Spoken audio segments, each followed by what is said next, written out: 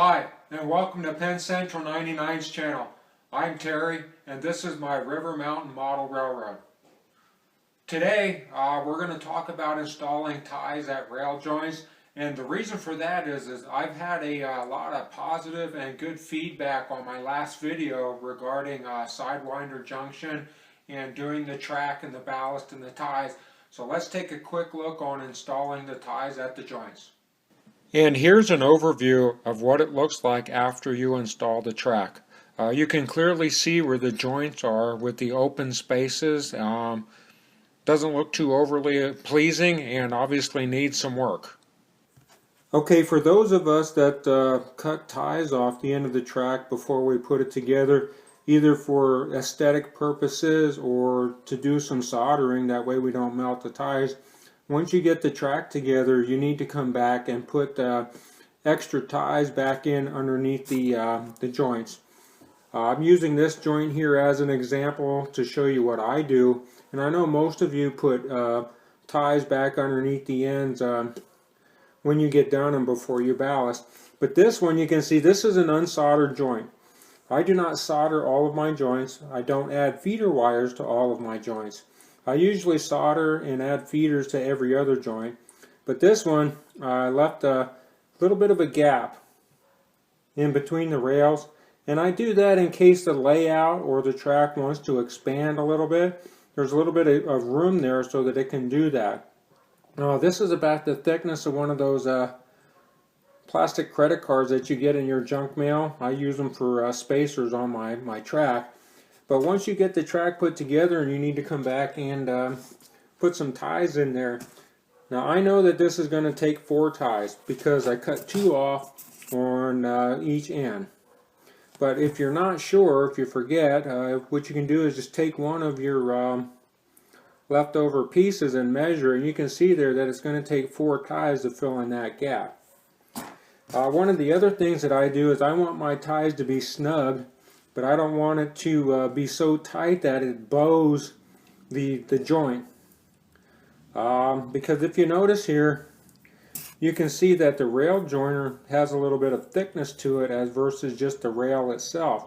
So I sand down the bottom side of the ties so that they will slide in underneath there snugly, but at the same token not put a bow in the joint, because that bow could either cause your locomotives to lose contact with the rail, therefore stuttering and starting and stopping due to the electrical deficiencies, or it might even cause your rolling stock to derail because of the bow and the flexing of that joint. So let's go ahead and get a couple of pieces of ties and we'll put them back in underneath there. When I add ties to joints, it's very simple and basic, and I realize that this may be basic for some of you, but just remember, we all have some viewers that have never seen this or don't know how to do this, so I'm going to start from the beginning. But anyway, take your extra pieces of tie, and I just take an X-Acto knife and I trim off the plastic tabs that hold the rail down to the tie. And then after I trim them off, I also shave it just a little bit to try and smooth that out. And then when I get done, I'm going to take my tie, and this is 60 grit sandpaper.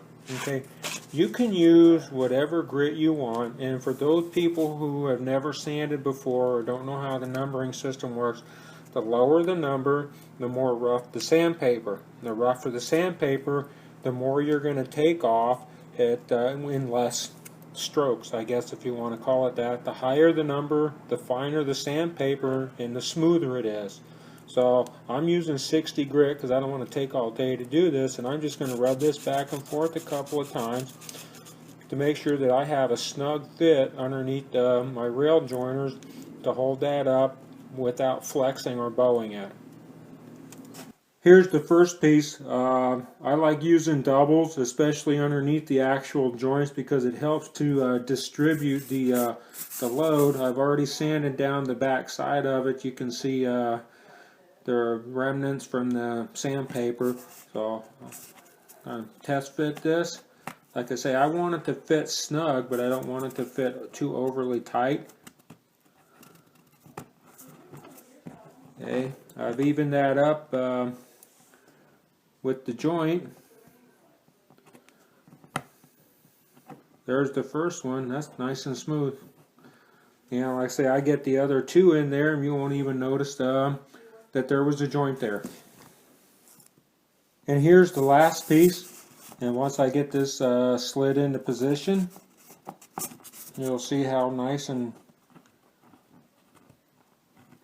And once I get the track and rail painted and ballasted, even I'll have a hard time finding that. So, pretty quick and simple way to add ties underneath your rail joints to make it a little bit more realistic looking and pleasing to the eye. And here's an overview after you get done installing the ties at the joints, painting the track, installing ballast, and weathering it. You can definitely see here it looks a lot better, but the main thing is it's hard to tell where the joints are in the track.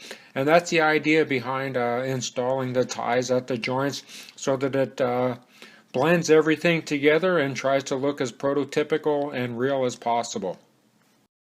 Well, that pretty much does it for this video. I hope you enjoyed it and I hope you learned something. Once again, and as a reminder, this may be how I do things. It's not necessarily how you should be doing things. But hopefully you pick up some tips and tricks and enjoy while you're doing it. As always, thanks for watching.